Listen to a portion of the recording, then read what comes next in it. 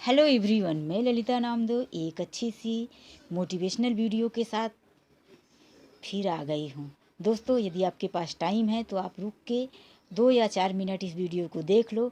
यदि नहीं है तो अभी चले जाओ। मेरी वीडियो क्यों ख़राब करोगे और अपना 2 मिनट का टाइम क्यों वेस्ट करोगे।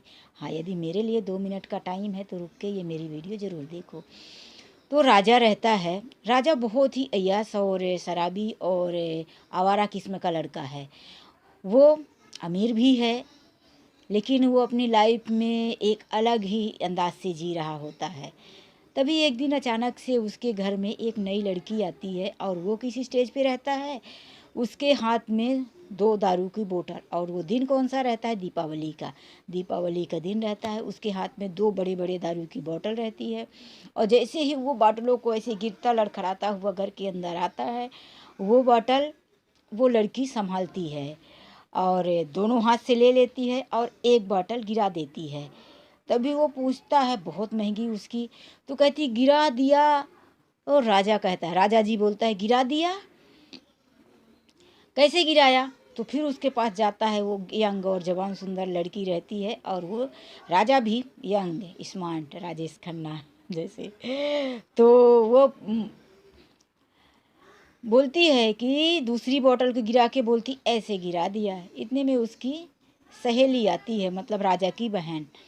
तो अपनी बहन से पूछता है कि लता, ये कौन है, तुमने बताया नहीं। तभी लता बोलती है कि भैया, ये मेरी बहन है, और आपके ऑफिस में जो रामू काका काम कर रहे हैं ना, उनकी बेटी है। तब वो पास जाके बोलता है कि रामू काका ने कभी बताया नहीं कि उनकी इतनी सुंदर बेटी भी है। इतने में वो जो बेटी रहती है, उसका नाम किरण रहता है, वो शर्मा जाती है और शर्माते हुए अपने घर चली जाती है। बोलती है, लता, मैं बाद में आके मिलती हूँ। वो चली गई। फिर दूसरे दिन उनकी जब मुलाकात होती है तो लता, यानी कि राजा भैया की बहन, राजा जी की बहन, और किरण दोनों बैडमिंटन खेल रहे होते हैं। और दूर से देखता है राजा, तो देखता ही रह जाता है, देखता ही रह जाता है, क्योंकि वो उसके मन को इतनी अच्छी तरह से भा जाती है, पसंद आती है। लेकिन राजा करे क्या, कुछ बोल भी तो नहीं सकता, क्योंकि वो लड़की चांस ही नहीं देती है।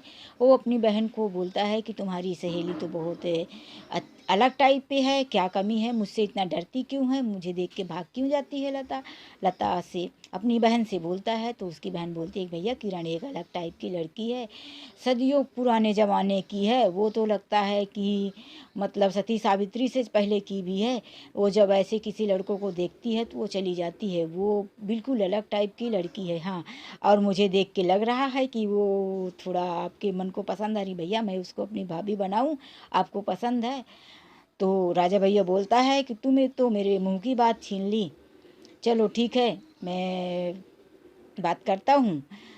तभी लता जाती है और उसको आवाज़ देती है रुकने के लिए, लेकिन वो जा चुकी होती है, नहीं दिखाई देती।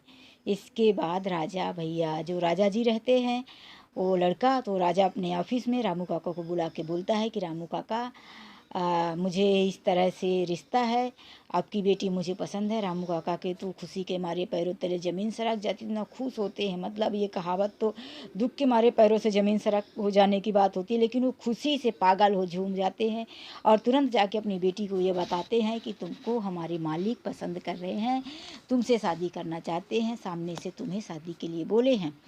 किरण तुरंत बोल देती है कि नहीं पिताजी, मैं शादी नहीं करूँगी, क्योंकि मुझे राजा भैया बिल्कुल पसंद नहीं है। वो मालिक होंगे तो आपके, मेरे नहीं। आप नहीं जानते वो किस किस्म के इंसान है। वो बहुत ही आवारा और शराबी टाइप का इंसान है। वो उनके कई लड़कियों के साथ जो है संबंध है। पिताजी, मैं आपसे क्या बताऊं, मैं नहीं बता सकती, लेकिन मैं आपके मालिक से शादी नहीं करूँगी। वो किरण शादी के लिए ठुकरा देती है।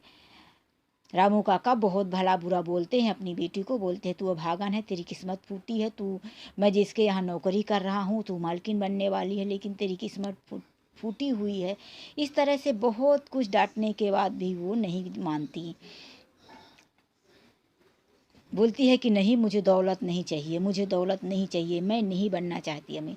इस तरह से वो ठुकरा देती है। रामू काका दुखी मन से दूसरे दिन बताते हैं कि राजा जी, साहब मालिक ये बात है, तो मैं क्या करूं, लेकिन फिर भी मैं कोशिश करूंगा कि मेरी बेटी आपसे ही शादी करे।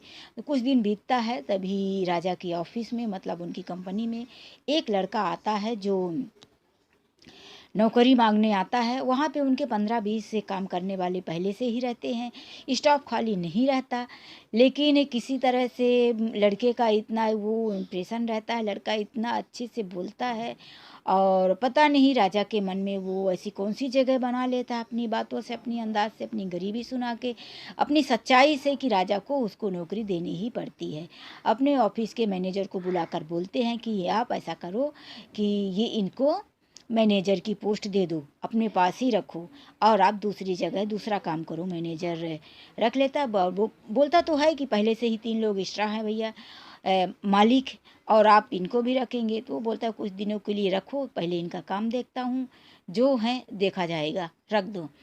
रख लेता है, मैं मतलब वो राजा रख लेता है उस नए लड़के को। नए लड़का बहुत शरीफ और अच्छा रहता है। रामू काका उसको मतलब एक बेटे की तरह हमदर्दी करते हुए एक दिन कहते हैं तुम्हारे रहने की जगह नहीं है, तुम यहाँ ऑफिस में काम करते हो, कहाँ रहोगे, तो चलो मेरे घर, मेरा एक छोटा सा घर है, वहीं तुम भी पड़े रहना। अपने घर लेके जाते हैं और वहाँ पर उनको बोलते हैं कि ये मेरा घर है, बस इस घर में ले दे के धन दौलत कुछ नहीं है, मेरी एक बेटी है और कुछ नहीं। जब तुमको कोई रहने की जगह दूसरी हो जाएगी तो वहाँ पे चले जाना।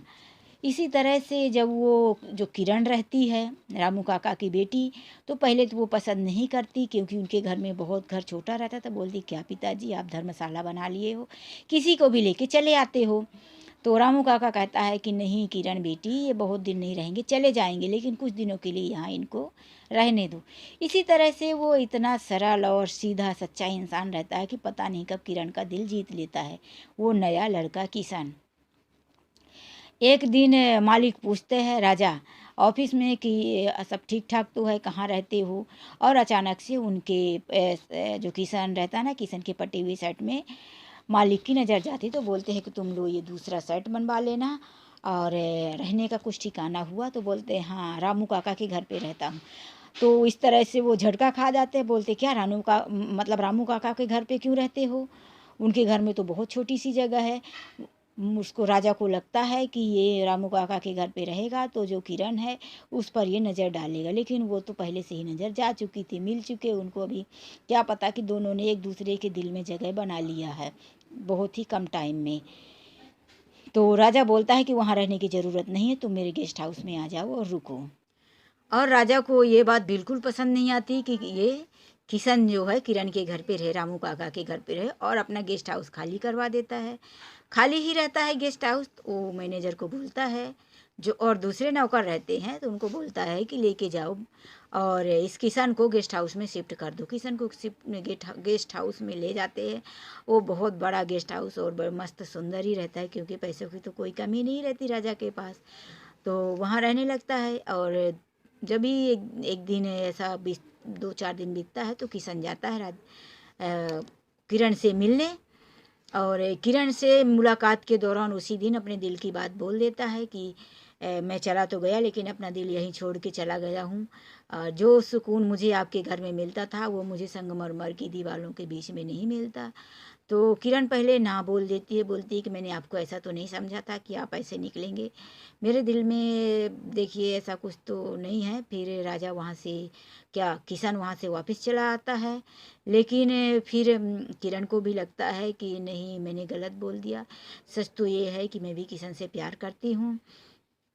तो फिर किरण जाती है वही गेस्ट हाउस में जहाँ किशन ठहरा हुआ रहता है, राजा के गेस्ट हाउस में, और वहाँ पर जाकर वो उसका जो प्यार का उसने प्रपोज किया था वो एक्सेप्ट कर लेती है। फिर दूसरे दिन किशन ऑफिस से छुट्टी करता है और दोनों घूमने जाते हैं।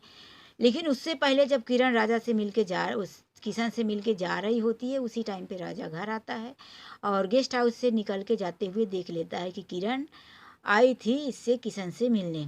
वो बहुत गुस्से में हो जाता है, आग बबूला होता है तुरंत, अपने उसके रामू काका के घर पे जाता है और बोलता है कि रामू काका, तुम्हारी बेटी जो आवारागर्दी करती है तो मेरे गेस्ट हाउस में नहीं जानी चाहिए, क्योंकि उसने शादी का जो उसको ठुकराया था ना, तो उसको बहुत जलन होती है। तो रामू काका से बहुत उल्टा सीधा बोलता है कि अभी भी तुम्हारी बेटी, मैंने जब शादी के लिए बोला तो बहुत शरीफ बन रही थी, अब मैंने देख लिया काका तुम्हारी बेटी क्या क्या गुल खिला रही है। मेरे गेस्ट हाउस में उस गरीब भिखारी को मिलने गई थी जिसको मैंने सहारा दिया है। तो रामू काका बोलता है कि साहब आप नाराज़ ना हो, मालिक आप बिल्कुल नाराज़ ना हो, अगर उसने ऐसा कुछ किया है तो मैं उसे गोली मार दूंगा, या कि आप उसे खुद गोली मार दो। अगर आप देखा कि किरण और किशन अगर कुछ इस हालात में है, आपको धोखा दे रहे हैं, मुझे धोखा दे रहे हैं, तो आप गोली मार दो। गुस्से से राजा वापिस आ जाता है, अपने घर चला जाता है, बहुत कुछ उल्टी सीधी बातें अपने दिमाग में सोचता रहता है। उधर किरण भी घर जाती है तो रामू काका उसे डांटते हैं। लेकिन दूसरे दिन रामू काका देर रात घर पे आते हैं तो क्या देखते हैं कि किशन दूसरे दिन रात को रामू काका के घर पे ही था। वो दोनों बातें कर रहे थे, बैठे हुए थे, और किरण जो है किशन के बालों को सहला रही थी। तभी रामू काका आता है और देख लेता है अपनी बेटी के साथ किशन को, तो बहुत डांटता है, बोलता तूने मेरे साथ ये किया, बदचलन है, ये है वो है, अपनी बेटी को बहुत बुरा भला कहता है। किरण बोल देती है कि ऐसा कुछ नहीं है पिताजी जो आप सोच रहे हो, लेकिन मैं किशन से प्यार करती हूँ, मैं शादी करूँगी तो सिर्फ और सिर्फ किशन से करूँगी, वरना मैं किसी और से शादी नहीं करूँगी। किशन वहाँ से चला जाता है, उसे भगा देते हैं। रामू काका बोलते हैं कि तू तो मेरी नज़रों से दूर हो जा, चला जा, मैं तुझसे बाद में बात करूँगा। इधर राजा को बहुत जोर से गुस्सा लगी रहती है। राजा अपनी पिस्तौल निकालता है और क्रोध में गेस्ट हाउस की तरफ चल देता है कि आज मैं इसे किशन को ख़त्म कर दूंगा, बिल्कुल नहीं रहने दूंगा। गुस्सा इतना क्योंकि वो पहले से ही शराबी और थोड़ा अय्याश टाइप का लड़का था, पैसे की कोई कमी नहीं थी। जो भी लड़कियों को, क्योंकि लड़कियों को भी वो कुछ खास नहीं कर, मतलब उसके लिए कुछ नहीं थी। आज तक कोई भी ऐसी लड़की नहीं थी जो उसे ठुकराई हो, तो इस बात का उसे थोड़ा गुरूर भी रहता है, घमंड और गुस्सा भी आ जाता है। तो वो जाता है और जैसे ही गेट खोलता है, गेट के पास जाता है तो क्या देखता है कि किशन पूजा कर रहा होता है। हाथ में उसके ऐसा बत्ती रहता है, वो बत्ती घुमा रहा होता है, अगरबत्ती पूजा करता है। और जब ही वो सामने जाता है, ऐसे मतलब उसको पीछे से शोल्डर पकड़ के पीछे करने की कोशिश करता है, तो क्या देखता है कि एक तस्वीर है, एक फ़ोटो है जो फ्रेम में लगी हुई है। उस फोटो में बीच में माँ और साइड से दोनों छोटे छोटे बच्चे हैं। फिर एकदम से वो फोटो को देख के राजा जो है सहम जाता है, रुक जाता है और पूछता है कि ये जो तस्वीर है तुम्हारे पास कैसे आई। किशन बताता है कि बीच में मेरी माँ है, एक साइड में मैं हूँ किशन, मैं जो छोटा भाई हूँ, और एक ये दूसरा मेरा बड़ा भाई सोमू। तो मैं वो स्टोरी बताता है कि ये जब फ़ोटो हम लोग खींच रहे थे, मेरे घर पे तस्वीर खींचने वाला आया था। हम दोनों बहुत, मतलब मेरा परिवार गरीब था, मेरे पिताजी पहले ही ख़त्म हो चुके थे। तभी ये तस्वीर मेरा बड़ा भाई सोमू मेरे हाथ से खींचता है और थोड़ी सी फट जाती है तस्वीर। और जब तस्वीर फट जाती है तो मैं बहुत रोने लगता हूँ। तभी मेरा बड़ा भाई सोमू मुझे पत्थर उठा उठा के पत्थर मारता है, तो मेरे यहाँ पे खून आ जाता है। तब मेरी माँ खाना बना रही होती है और चूल्हे की लकड़ी से सोमू भैया को मार देती है, जिससे सोमू भैया का पैर जल जाता है। फिर सोमू भैया वहाँ से चले जाते हैं और उसके बाद आज तक वापस नहीं आए। माँ बहुत दुखी होती है और सोमू भैया को ढूंढते ढूंढते 1 महीने में माँ मर जाती है। वो इस तरह से स्टोरी बताता है और मैं इधर उधर पैसे के लिए इधर भटकता रहता हूँ, फिर आपके पास आता हूँ। वहीं पर वो बैठ जाता है ये राजा, और सोचने लगता है कि उसके बाद क्या हुआ। तो उसके बाद वो ये सोचता है कि जो सोमू नाम का लड़का घर से भागा था, तो वो ट्रेन में आता है और ट्रेन में जब टिकट की इंक्वायरी होती है तो उसके पास टिकट नहीं रहता, टीसी, उसे उतारने लगता है ट्रेन से। उसी टाइम पर एक अमीर व्यक्ति उसी ट्रेन में रहते हैं और उसे बोलते हैं कि इसे मत निकालो, टीसी मत निकालो, क्योंकि इसके पास टिकट नहीं है। फिर भी ये बच्चा है, 15-16 साल का बच्चा है, आप इसे रास्ते में उतार दोगे, कहाँ जाएगा। तो टीसी बोलता है कि नहीं, मैं रूल्स के खिलाफ तो नहीं चल सकता, मुझे इसकी टिकट तो चाहिए ही, नहीं तो मैं अगले स्टेशन में इसे उतार दूंगा। तभी वो अमीर व्यक्ति पैसा निकाल के देता है और बोलता है इसकी टिकट के पैसे मैं दे रहा हूँ। टीसी बोलता है कि आप इसे जानते हैं क्या, क्यों आप इसके पैसे दे रहे हैं। तो वो अमीर व्यक्ति बोलता है कि ये इतना बड़ा मेरा बेटा था जो एक एक्सीडेंट में मारा गया, और मेरी एक छोटी 8 साल की बेटी है जो आज भी अपने भाई राजा भैया करके उसके लिए हमेशा रोती रहती है। उसे नहीं पता कि उसका भाई इस दुनिया में नहीं है। वो अभी भी अपने भाई का इंतज़ार कर रही है। इसीलिए मैं इसमें अपना बेटा देख रहा हूँ और इसे पैसे दे रहा हूँ। वो अमीर व्यक्ति उस लड़के को अपने घर में लेके जाता है, और उस व्यक्ति का कुछ ये अलग ऐसे काम रहता है जो लोग ये पैसा कमाने के लिए स्मगलिंग का काम करते हैं, ऐसा कुछ काम रहता है उसका। तो उसके भी बहुत सारे नौकर चाकर रहते, इसीलिए तो वो अमीर रहता है। एक दिन ऐसे ही हिसाब देखता रहता है वो छोटा लड़का, फिर बोलता है कि चाचा जी ये हिसाब मैं करूं, आप सो जाओ। वो हिसाब करता है तो वो अमीर व्यक्ति को उसका हिसाब बहुत अच्छा लगता है। उसी दिन से उस लड़के को वो अमीर व्यक्ति अपना पूरा हिसाब दे देते हैं। वो लड़का इतना होशियार भी रहता है कि फटाफट उसके काम में हाथ बटाने लगता है अमीर व्यक्ति के, और देखते ही देखते लड़का भी जवान होने लगता है। तो एक दिन अचानक से बहुत ज़्यादा तबीयत खराब होती है, और लड़का बहुत सेवा करता है अमीर व्यक्ति की।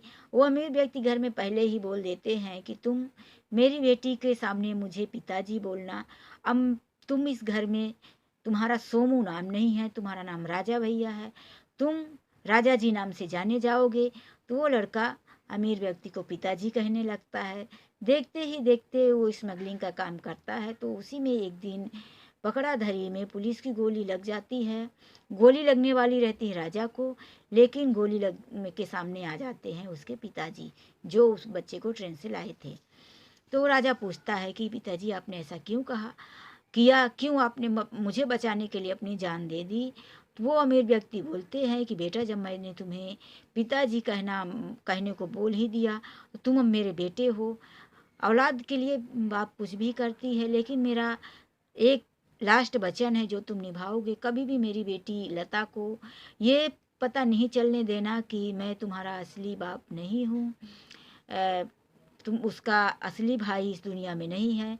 तुम मुझे वचन दो, किसी भी पराये इंसान के सामने, किसी के सामने भी तुम ये बात नहीं कहोगे, कभी मेरी बेटी को पता नहीं चलने दोगे।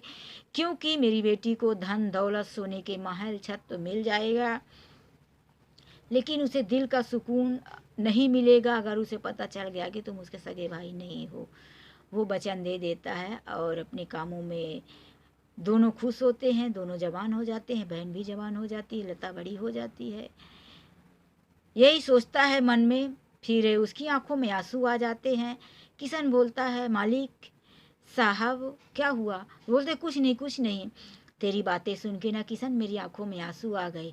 अब यहाँ पे राजा को इतना तो मालूम पड़ जाता है कि मैं ही सोमू हूँ और ये मेरा छोटा भाई है तस्वीर देख के, क्योंकि तस्वीर का टुकड़ा अभी भी राजा के पास ही था। उसने तो नाम बदल दिया था, असली नाम तो उसका सोमू ही था और वो बता भी नहीं पाता। तो बोलते हैं कि ठीक है, और वहाँ से निकल जाता है। दूसरे ही दिन जब किसान आता है ऑफिस में तो बहुत सारे पैसे देता है राजा जी नाम रहता है।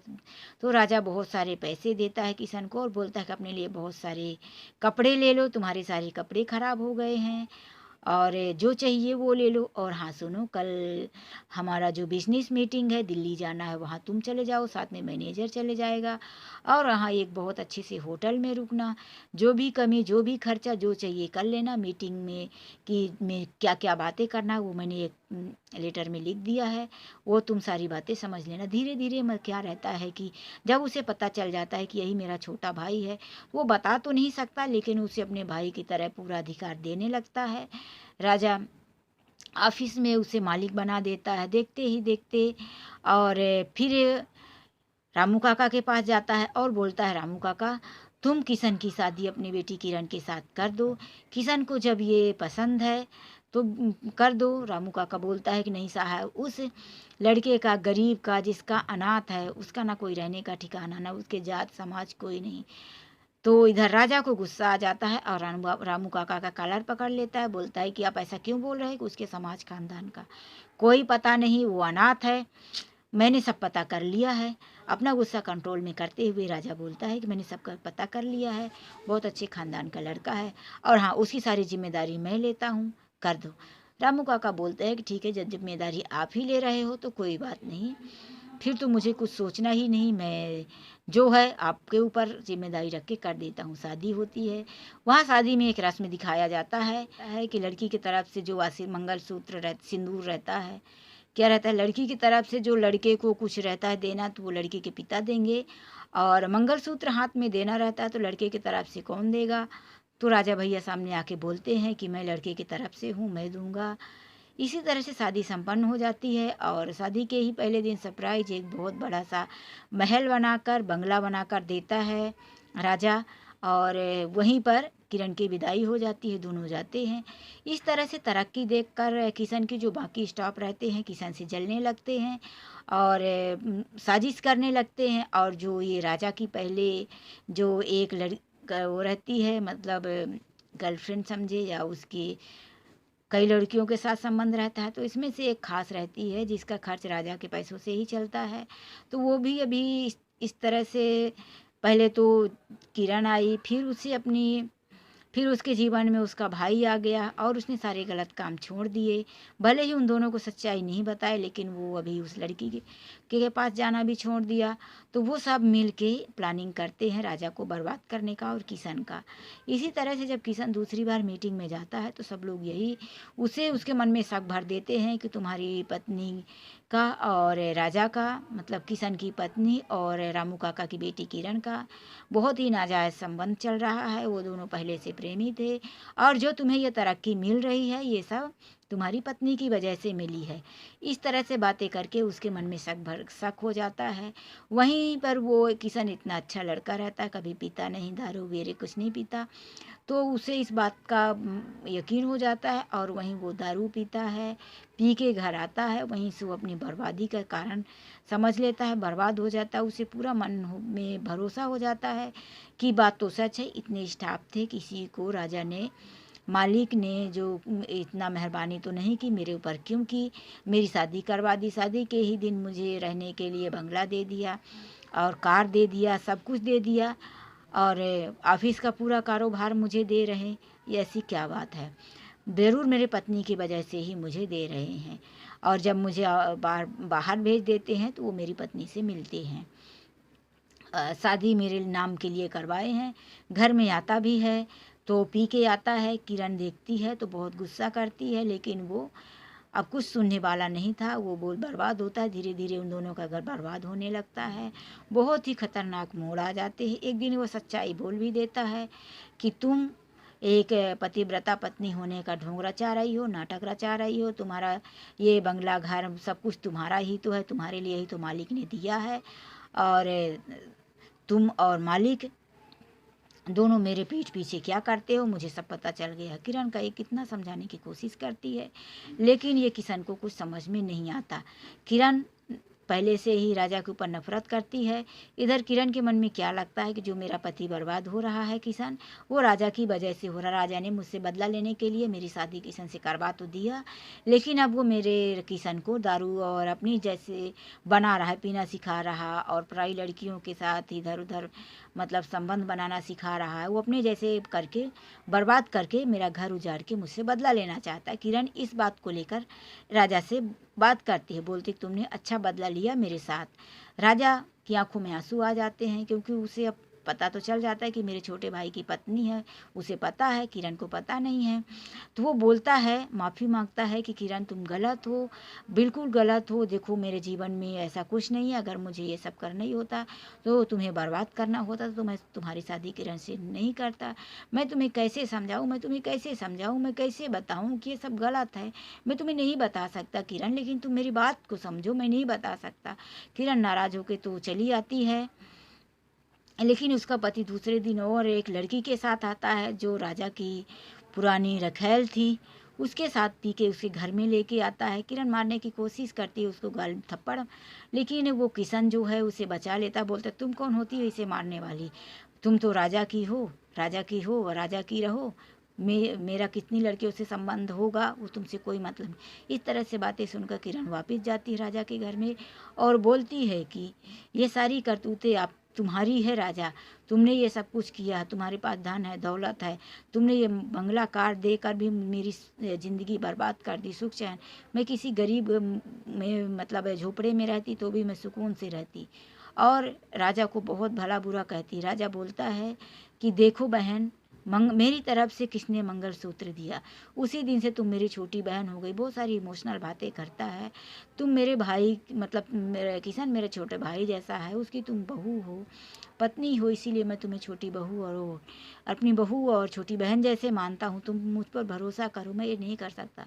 बहुत सारी इमोशनल बातें करता है। तब किरण को यकीन हो जाता है। किरण माफ़ी मांगती है और वापस चली जाती है। और राजा बोलता है कि मुझे समझ में आ गया कि ये सब कौन कर रहा है। और वो जाता है और उस लड़की को जो राजा को बर्बाद कर रही हो, तो जो इसके पुरानी गर्लफ्रेंड रहती है, पैसों के लिए कितनी लड़कों के साथ ये उसका संबंध रहता है, तो उसे वो ब्लैंक चेक देता है और बोलता है तू इसमें साइन कर, जितने पैसे तुझे चाहिए तो ले, लेकिन तू किशन के पास आज से कभी नहीं जाएगी। अगर तू किशन के पास गई तो मैं तुझे जान से मार दूंगा। तू मुझे जानती है लेकिन समझती नहीं कि मैं पहले से क्या था, और अभी भी मैं बदला नहीं हूँ। तेरे लिए मैं अभी भी वही हूँ। ले, तेरा मुंह बंद करने के लिए जो पैसे चाहिए ले ले। इस तरह से उसे चेक दे के आ जाता है। और जो उसका मैनेजर रहता है उसे बर्बाद करता है, उसे भी अपने ऑफिस से निकाल देता है। बोलता है कि ये राजा कि किशन को वहाँ कौन लेके गया, तू लेके गया, सारी हरकतें तेरी है, मुझे समझ में आ जाता है। इस तरह से स्टाफ में भी जो उसके साथ गद्दारी करते हैं उसको निकाल देता है राजा। लेकिन किशन इतने पर भी नहीं मानता। एक दिन 2 दिन घर नहीं आता। एक दिन किरण की तबीयत अचानक बहुत ख़राब होती है। राजा किशन के घर पे जाता है, वहाँ बैठा रहता है क्योंकि वो तो उसकी बहू है, वो तो निडर जाता है, छुट्टी मतलब उसके छोटे भाई की पत्नी है। उसी टाइम पे किशन आ जाता है और उल्टी सीधी बातें करने लगता है। राजा वहाँ पर बताने की भी कोशिश करता है, लेकिन किशन इतना नशे में रहता है, बिल्कुल नहीं सुनता। राजा बोलता है कि मैं तुझे मारूंगा, क्योंकि मेरा तुझे मारने का भी हक है, मैं तुझे मारूंगा। और वो हाथ भी उठाता है, लेकिन वहाँ से किरण भी बोलती है कि चले जाओ, तुमको किसने अधिकार दिया मेरे पति पर हाथ उठाने को, मुझे मेरे हाल पे छोड़ दो। वहाँ से वो निकाल देता है और वो बहुत नशे में रहता है। दूर से अंदर लेके जाती है किरण। राजा वापस अपने घर चला आता है। राजा बहुत दुखी रहता है, वहाँ उसको बिल्कुल ज़िंदगी बर्बाद लगती है। वहाँ से आते ही वो फ़ोटो निकालता है और एक लिफाफे में पैक करता है और एक लेटर लिखता है और अपने ड्राइवर को बोलता है कि ये लिफाफा ले जाकर किशन के हाथ में देना और अपने सामने ही पढ़ने को बोलना। किशन पढ़ लेगा तो देखना तुम्हारे साथ भागा भागा चला आएगा। वो लिफाफा लेके जाता है ड्राइवर, लेकिन किशन इतना नशे में रहता है कि लिफाफे को पढ़ना उचित नहीं समझता। लिफाफा वहीं फेंक देता है, लिफाफा नहीं पढ़ता और ज़बरदस्ती करने पर ड्राइवर को एक चांटा जमा भी देता है, मार देता है। ड्राइवर आके बताता है कि मालिक, किशन ने लेटर नहीं पढ़ा। मालिक पूछते हैं कि क्या जवाब दिया, तभी उसने दिखाता है कि ये जवाब दिया। उसके चेहरे पे खून जैसा रहता है, तो बोलता है कि ये जवाब मिला है। तो राजा बोलता है कोई बात नहीं, लाइट बंद करके चले जाओ। इस तरह से लाइट बंद करके ड्राइवर चला जाता है। जब सवेरे उधर किशन का नशा उतरता है, किशन लेटर को देखता है तो पहले सोचता है, 2 बार उठाता है, फिर फेंकता है, फिर तीसरी बार पता नहीं क्या सोच के लेटर को उठा लेता है और खोलता है। जैसे ही खोलता है तो उसके जो कवर के अंदर एक देखता है कि एक पैर मतलब फटी हुई तस्वीर थी, टुकड़ा उठाता है तो उसे वो बात याद आती है कि ये तो मेरे सोमू भैया ने फाड़ लिया था और आधी तो मेरे पास है। वो टुकड़ा उठा के लेता है और फिर फटाफट लेट खोलता है तो उसमें लिखा रहता है कि मेरे छोटे भाई किशन, मैं कितना समझाने की तुझे कोशिश किया कि मैं तेरा भाई हूँ, लेकिन मैं एक वचन से बद्ध हूँ। मुझे 2 बातों का डर था कि यदि मैं तुझे बता देता कि मैं तेरा छोटा भाई हूँ, किरण को पता चलता तो वो तुझसे शादी नहीं करती, क्योंकि किरण मुझसे नफरत करती थी। वो मुझे आवारा, शराबी और अय्याश समझती है और शायद मेरी भी बहुत सारी गलतियाँ हैं जो तुझे मैं अपना भाई नहीं बता सकता था। और दूसरा ये कि मैं जिस घर में रह रहा हूँ और लता मेरी बहन नहीं है, लेकिन फिर भी मैंने लता को बहन जैसे पाला है और मैंने पिताजी को वचन दिया है कि मैं मरते दम तक ये बात किसी को नहीं बताऊँगा। इसीलिए मैं वचन नहीं तोड़ रहा था, लेकिन तू मेरी बात को समझा नहीं। मेरे भाई, मैं दरवाजे पे नज़रें लगाए हुए तेरा इंतज़ार कर रहा हूँ। बस एक बार तू मुझे अपना भाई बोल के मुझे अपने गले से लगा ले। इतना ही लेटर पढ़ते ही उसका सारा नशा उतर जाता है। किरण के पास आता है, बोलता है किरण किरण देखना, ये जो राजा है ना, मालिक है ना, वो मेरा भाई है, मेरा सोमू है, मेरा भैया है। मैं कैसे भैया के पास जाऊँ, क्या मुंह दिखाऊंगा। तू चलना, मेरे भैया तेरी बहुत इज्जत करते हैं। किरण तू चल, मुझसे गलती हो गई। दोनों फट आते हैं और जैसे ही घर के अंदर आते हैं, भैया भैया चिल्लाते हुए ऊपर जाते, देखते हैं कि कमरे की लाइट बंद थी। कम लाइट चालू करते हैं और उसी समय पर उसकी जो बहन रहती है ना, तो बहन का एक प्रेमी रहता है जिससे वो शादी करना चाहती है, तो वो भी पास में आया हुआ रहता है आशीर्वाद लेने। क्योंकि उससे पहले उसके पिताजी ना शादी नहीं करने दे रहे थे, फिर पता नहीं पिताजी भी उसकी मंजूरी दे देते हैं लड़के की। तो वो उसकी बहन का जो हस्बैंड पति बनने वाला था, वो लड़का भी उसी टाइम पर आया था आशीर्वाद लेने के लिए कि भैया से आशीर्वाद लेंगे। सब लोग ऊपर जाते हैं और इधर किशन भी भैया भैया बोलते हुए जब ऊपर जाता है, लाइट चालू करता है, तो पहले पैरों में पड़ के माफ़ी मांगता है, भैया मुझे माफ़ कर दो, माफ़ कर दो। लेकिन जब कोई जवाब नहीं मिलता तो आता है सामने, हाथ पकड़ता है, ऐसे उठाता है हाथ तो हाथ गिर जाता है। ज़ोर से चिल्लाता है, भैया नहीं भैया नहीं भैया, ये तुमने क्या किया भैया, तुमने क्या किया, देखो तुम्हारा भाई आ गया। और बहुत रोने लगता है। इतने में लता भी आवाज़ सुनती है और लता की तो सारी दुनिया ही उजड़ गई, क्योंकि उसका भी आगे पीछे कोई नहीं था। वो भी आके रोने लगती, भैया भैया मुझे छोड़ के क्यों चले गए भैया, मेरी क्या गलती थी। इस तरह से इस कहानी का एंड हो जाता है और राजा बता भी देता है और राजा अपनी ज़िंदगी में सुधर भी जाता है और अपना वचन टूटते टूटते राजा इस दुनिया से चला जाता है, सच हकीकत बताकर। तो दोस्तों आज के लिए बस इतना ही। यदि ये स्टोरी अच्छी लगी हो तो वीडियो को लाइक करना और देखो मेरे चैनल में नए हैं तो प्लीज़ चैनल को सब्सक्राइब करके जाना। मिलते हैं एक नेक्स्ट वीडियो में, बाय बाय। हाँ, और यदि आपको ये स्टोरी मालूम है कि ये कहाँ की है, किस मूवी की स्टोरी है, तो आप ज़रूर कमेंट में लिखना। बाय, मैं आपको थोड़ा सा हिंट दे दी हूँ।